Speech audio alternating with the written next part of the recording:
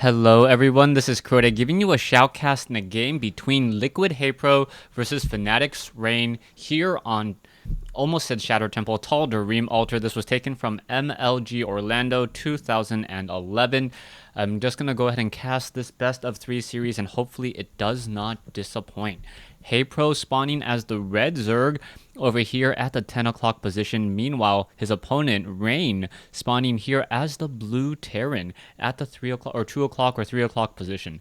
Now, for those of you guys who are new to StarCraft 2, which is probably not very many of you, StarCraft 2 is essentially a real-time strategy game that is kind of played like chess, except there's two very different features about it. Chess is turn-based in that you can only move after your opponent moves, and also in StarCraft 2 or in chess, you are given a certain amount of units and that is it. You could try to get new units as well by moving pawns down the field, but that's a little bit more towards the end game. In StarCraft 2, you have to really build your own units. So those are two real differences between StarCraft 2 and chess. If you're ever out there trying to figure out what exactly is going on, as you now see a barracks being built by Rain. So Rain now establishing up this barracks. He will be able to start training up some Marines, Marauders out of that barracks in just a moment. Meanwhile, Drone is now moving out in order to scout. Now, this map is a rather large map, and it does tend to play towards macro style of games. You can see that there are destructible rocks over here at the third base, so Zerg is not going to be able to establish a very easy very easy third base. The natural expansion may be established, and it looks like Haypro will be going for a 15 or 16 hatchery here, a very economic opening, as the drone now getting some damage onto this poor SCV. The SCV needs the move, and it looks like it will be able to barely escape down to 15 hit points. And a Marine is going to be trained, upgrade to an orbital command over here, and we'll see how this is all going to work out as the drone is pretty much now going to be stuck. A supply depot now being built. This drone will not be able to get out. It could try to deal some additional damage to this SCV, but it's not going to be all too successful as a Marine is going to quickly pop out. Haypro may try to do the extractor trick in order to prolong the life of the drone inside the mineral line. And we'll see what's going to be happening here. The drone, yes, will go ahead and try to grow up and be an extractor, most likely canceling itself, rinsing and repeating over and over again. Now, Haypro has a number of options that he can try to go for. He does have a spawning pool now, so he should be able to start double training up queens as soon as this hatchery is done, and that's going to really help him out in order to train up even more units. One very gung-ho SCV with 10 hit points left, going to do a little bit more scouting to figure out what's really going down here. He's going to see that the gas is being established and also sees that the spawning pool is here. So the metabolic boost will be researched eventually, but it is still going to be quite a ways away. Meanwhile, we are going to see a reactor being built by the barracks in order to double train Hellions.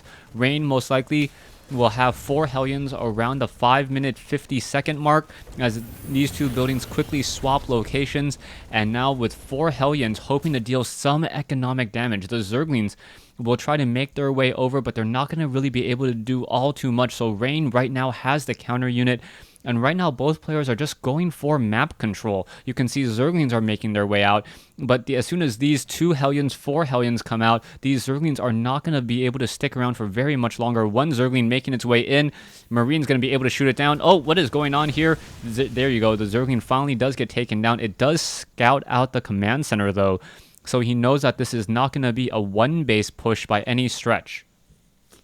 Rain now training up Marines, going to add 2 more Hellions. He may decide to swap back after this in order to train up Marines and tanks. Marine tank, a very viable strategy, as you see Haypro now going into the spine crawlers there, and the Zerglings were not able to stop those Hellions, and very nicely done. Rain is going to be able to get at least some harassment and some annoyance with these drones. 1 drone now down, 2 drones may get taken down, perhaps even a 3rd one. Yes, a 3rd drone has been killed as the damage is starting to rack up. Will it be enough to get perhaps 1 or 2 more kills? Yes, and it looks like the damage is being dealt.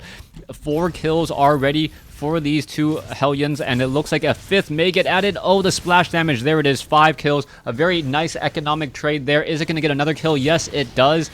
So 6 kills in total as 2 Hellions now sit outside the front door waiting to see what's going to happen. We are now still training up more Hellions, going into more barracks as well.